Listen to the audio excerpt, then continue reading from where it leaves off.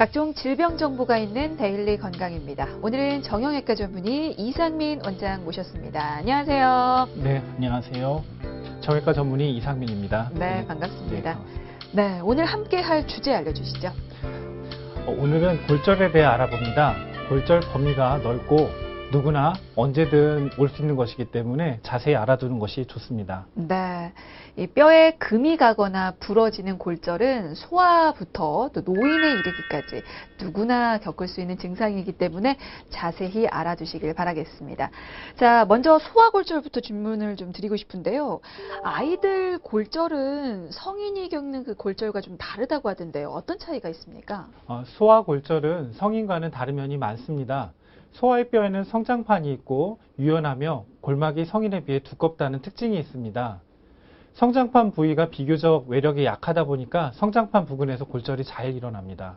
그리고 또 골막이 단단하다 보니까 골절이 일어나더라도 대개는 그 어긋난 정도가 그렇게 심하지 않고요.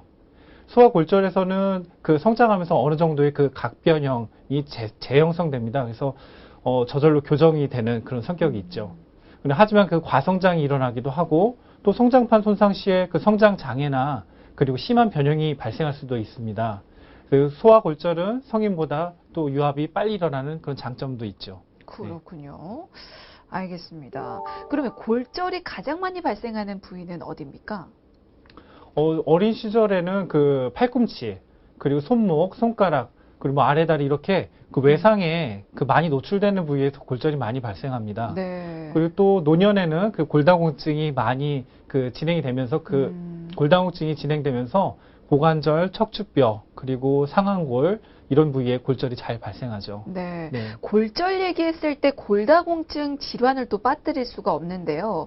골다공증이 어떤 질환인지 일단은 여쭤보고 싶고요. 그리고 노년기에 이 골다공증이 있으면 골절 발생 확률이 확실히 높아지는지도 좀 여쭤보고 싶어요. 우리 몸의 뼈에는 그 뼈에서는 지속적으로 뼈가 만들어지고 흡수돼요. 근데 이제 뼈가 만들어지는 양이 적어지거나 또 고래 흡수가 갑자기 또 많아지거나 그럴 때 이제 골다공증이 이제 일어나게 되죠.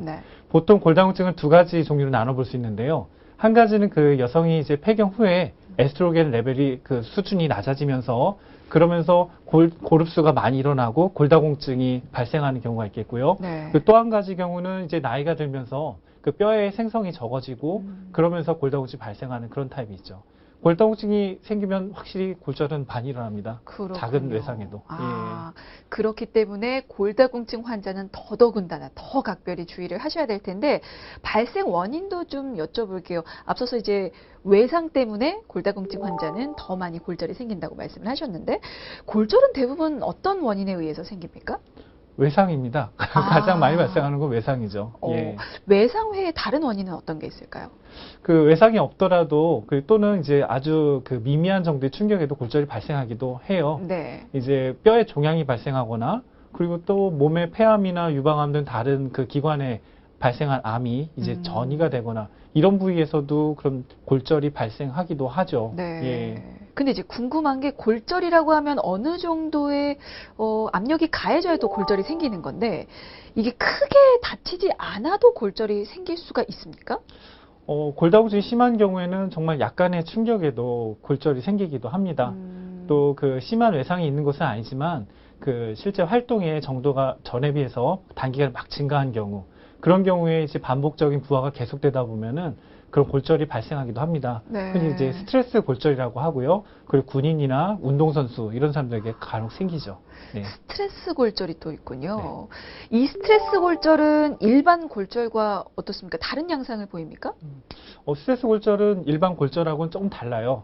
이제 반복적인 부하로 뼈의 정상적인 리모델링이 그게 장애가 생기면서 발생을 합니다. 그래서 따라서 그 원인이 되는 그런 운동이나 훈련을 이제 교정하고 좀 제한을 하는 게 가장 중요한 치료가 되겠습니다. 그렇군요. 자, 이렇게 골절의 발생 원인 짚어봤는데요. 자, 그러면 이 원인을 토대로 해서 골절 발생의 고위험군 정리를 하자면 어떻게 될까요? 먼저 활동이 많고 뼈가 비교적 약한 그런 어린이들의 경우가 이제 골절 고위험성이라고 볼 수 있겠고요.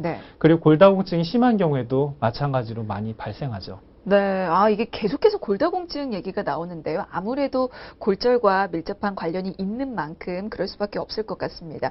근데 이제 그렇다면 골다공증 환자의 경우에는 그 평소에 골절을 대비해서 더 주의를 해야 할 것 같은데 어떤 점들을 조심해야 될까요? 우선 가장 중요한 것은 다치지 않는 거예요. 네. 낙상의 위험을 줄일 수 있도록 스스로가 그 조심을 하고요. 그리고 주변 환경에 대해서도 신경을 써야 됩니다. 네. 그 바닥이 미끄럽지 않아야 하고, 그리고 곳곳에 손잡이를 설치하고, 그 조명도 너무 어둡지 않게 하고, 이런 것들이 중요합니다. 네. 그리고 또 못지않게 이제 골다공증에 대해서 운동이나 약물이나 이런 걸로 적절하게 관리, 치료하는 것도 중요하죠. 그렇군요. 만약에 골절이 되면 이건 증상은 어떤 식으로 나타납니까? 가장 대표적인 증상은 통증이에요. 통증과 그리고 또 부종. 이 두 가지가 대표적인 증상이죠. 그렇군요.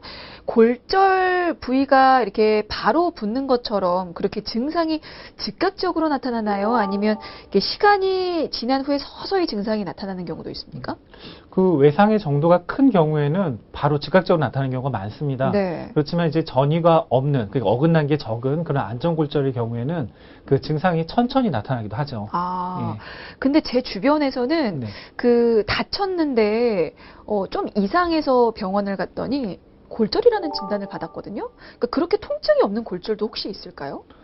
신경이 손상돼서 그 감각을 느낄 수 없거나 당뇨 같은 게 심한 경우에, 그런 경우 신경병증이 심하기 때문에 그럴 경우에 골절이 있어도 통증을 못 느끼는 경우가 있습니다.